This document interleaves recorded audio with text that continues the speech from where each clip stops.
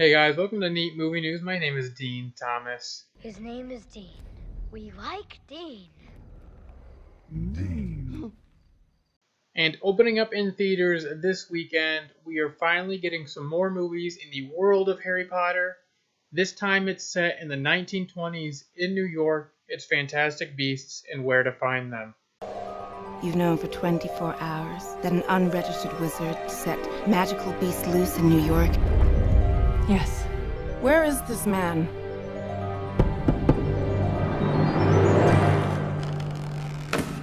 So, you're the guy with the case full of monsters, huh? Whose travels first? I've become a pretty big Harry Potter fan. Really, just recently, I finally had watched all of the movies. I don't read the books because I don't read. But as far as the movies go, I've come to be a pretty big fan of those characters, but the world especially. So the fact that we were going to be getting back into this world had me pretty excited. Now, I'm going to be honest though, while I was excited, I definitely had some concerns, such as I thought maybe this movie would be a little too much of a surface level story because we're hearing all these things about Grindelwald's supposed to be the main bad guy going forward, and if you've read the books or know anything about Harry Potter, you definitely recognize that name. There's talk that there's going to be young Dumbledore moving forward, so I was a little worried that this movie would be too much just set up and kind of a throwaway story. I was also worried that it would depend on the Harry Potter lore too much and just try to like put references into Harry Potter to make you care instead of adding anything new or letting this movie stand on its own. I was also a little worried about Eddie Redmayne. I mean, the guy's won an Oscar, he's been nominated for another, but he's always got this. He's always a little strange. He's very kind of quirky on camera sometimes, and he can do the same thing a lot. So I was concerned about him coming into this movie and doing those things. And the CGI. Well, David Yates has definitely given us some really great Harry Potter movies. He's also I'm not always the biggest fan of the way his CGI looks. And some of the trailers didn't look the greatest to me. Now, obviously, a trailer is not the same as when you see it on the big screen completely finished. But I did have some of those concerns. And I will say right off the bat, all of those concerns I had were put to rest, and they did not affect me at all. As far as the surface level story goes, it's not. I really, really cared about these characters and the story they were on to find these fantastic beasts. And there's another story going on as well, which is what I did like because the trailers did not give away much at all. I went into this movie and there was a lot that I was seeing. It was like, wow, I did not know this was in this movie, or I was not expecting this. So I really, really liked that, and the story was something that I really cared about. And it laid enough references and Easter eggs to both the old Harry Potter stuff and stuff that we've heard rumored going forward that it got me excited to see those things. But I wasn't too worried about them because I was invested in the story that they were telling with Eddie Redmayne's character Newt Scamander, and so I was really, really happy about that. And as I said, I was concerned that they would worry too much in the Harry Potter lore. They didn't. Like I said, they made enough references and stuff here and there to kind of make you smile, so you would appreciate that we're still in this Harry Potter world. But they added a lot to the mythology and added a lot of new. Well, first of all, beasts, a lot of new magical things, and a lot of that had to do with the fact that we're now in New York. Mr. Scamander, do you know anything about the wizarding community in America? We don't let things loose. Hey, Mr. English guy, I think your egg is hatching. So there's some new terms like a no-mage, as in no magic, because us Americans aren't very creative.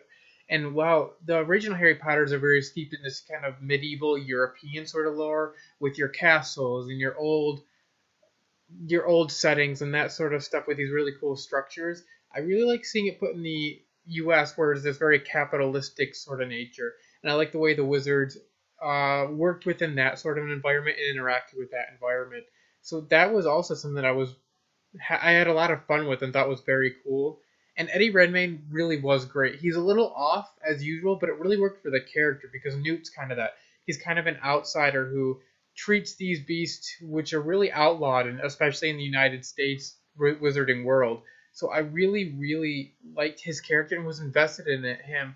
And I think PETA will be very happy with this movie because this movie doesn't bash you over the head with this idea, but they're very much telling you that don't fear these creatures. We need to study them and learn from them because they can be very helpful. Don't just kill or hurt these animals because you're scared of them. So I thought that was a pretty cool message to put underlying in this movie. And the CGI worked for me as well. I thought a lot of the beasts were very cool. There's a lot of very unique beasts in this movie, and there's a lot of them. I was kind of wondering, would there just be like 4 or 5 beasts running around? No, there's a lot of them, and you get to see a lot of them, and they're all very cool and original. And the CGI only bugs me. It seems to be David Yates does with his humanoid creatures, so sort of these elves, those sort of creatures. They look very CGI, but I could get past that because they're not a main focus. They're not in the movie very much because the beasts looked very cool. And like I said, I liked all of the characters. This movie is just a lot of fun. Like, instantly from the second this movie started, I was in. I can't tell you what it was about it, but it was just kind of like suddenly I was like having fun from the opening scene. So I really had just a lot of fun with this movie, and I'm looking forward to seeing a lot more. Like I said, I really liked all these characters. I really liked Tina in this movie, and she's kind of the second lead more or less in this movie. I really liked her character and really could feel for what her character was going through. And I'm looking forward to more. Now, I'm curious to see where it goes because, like I said, we heard rumors, that Dumbledore and his famous face-off with Grindelwald will be shown. So I'm curious how Newt plays into all that. And while this movie very much wraps up on its own, definitely leaves some doors open where you could go. And I'm just curious to see if Newt's going to be a part of that, or all these characters going to be part of it, or is we simply just going to move into new stuff. And this movie was just kind of a setup movie. And as I said, I was concerned it was going to be a setup movie, but it didn't feel like that. I felt like the story was needed to be told, and I was invested in the story. So I really enjoyed this movie, and I'm looking forward to more. So for me, Fantastic Beasts is a really fun, entertaining movie, and I'm going to give this a pretty high score. I'm going to give it an 86%.